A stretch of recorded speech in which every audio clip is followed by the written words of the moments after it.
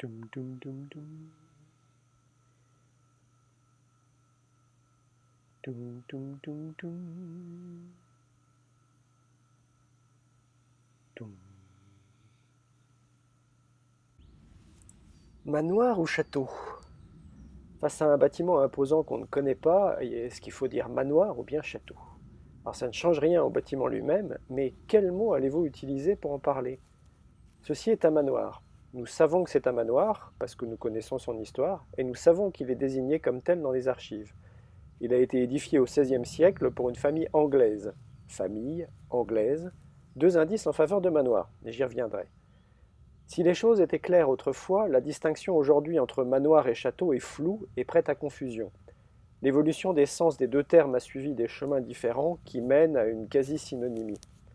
Dans ce dilemme, il est peut-être utile de revenir à l'histoire des mots et à l'histoire tout court afin de les comparer et de faire le bon choix. Le nom manoir est apparu en français au XIIe siècle avec le simple sens d'habitation, puis propriété ou domaine, à partir du verbe homonyme de l'ancien français manoir, qui signifiait demeurer habité. Il n'y a pas encore à cette époque de connotation de taille ou de prestige, mais très vite, manoir désigne une propriété rurale appartenant à un riche propriétaire. Château, de son côté, est apparu en 1100 sous la forme chastel, avec le sens de place fortifiée ou citadelle. Au-delà d'un bâtiment, il désignait donc toute une cité dans laquelle une population entière pouvait s'abriter. Il apparaissait ainsi une première différence majeure entre manoir et château, le premier étant destiné à une famille, un propriétaire terrien, et le second à toute une population qui pouvait s'y abriter sous la protection d'un seigneur. La deuxième différence prévue dans la définition est la notion de fortification. Un château est historiquement une construction fortifiée pour la défense militaire d'un royaume ou d'une seigneurie.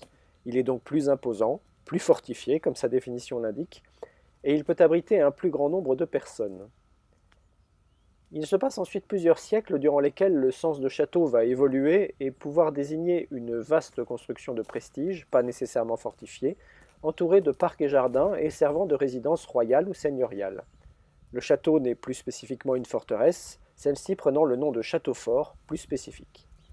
Pendant ce temps, le mot manoir va un peu se perdre et sera employé jusqu'au XIXe siècle essentiellement de façon poétique ou ironique, sauf dans certaines régions où il reste une habitation seigneuriale traditionnelle, Bretagne, Normandie, et donc aussi en Angleterre pour en revenir à un autre de manoir, bien qu'il se trouve en Bourgogne. Les temps changent et le lexique évolue. Aujourd'hui, la distinction est floue et prête à confusion.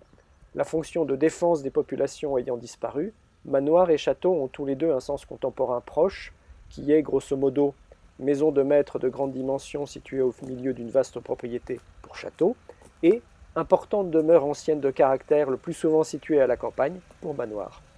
Si les définitions diffèrent un peu, il est possible de tomber sur une bâtisse remplissant tous les critères, et si vous ne connaissez pas son histoire, vous pourrez vous demander, est-ce un manoir ou bien un château? Mais c'est petit, c'est peut-être un châtelet, ou bien un castel, un intermédiaire encore plus flou entre manoir et château. Le choix entre manoir et château reste encore partiellement à votre appréciation. Mais si vous connaissez son année de construction et la région où il se trouve, il se peut que votre choix de mots en soit facilité. Quoi qu'il en soit, il vous reste toujours la fameuse ruse du terme englobant. Waouh, quelle belle bâtisse! Ou bien, quelle magnifique demeure! Et le tour est joué. Au revoir à toutes et à tous, et à bientôt!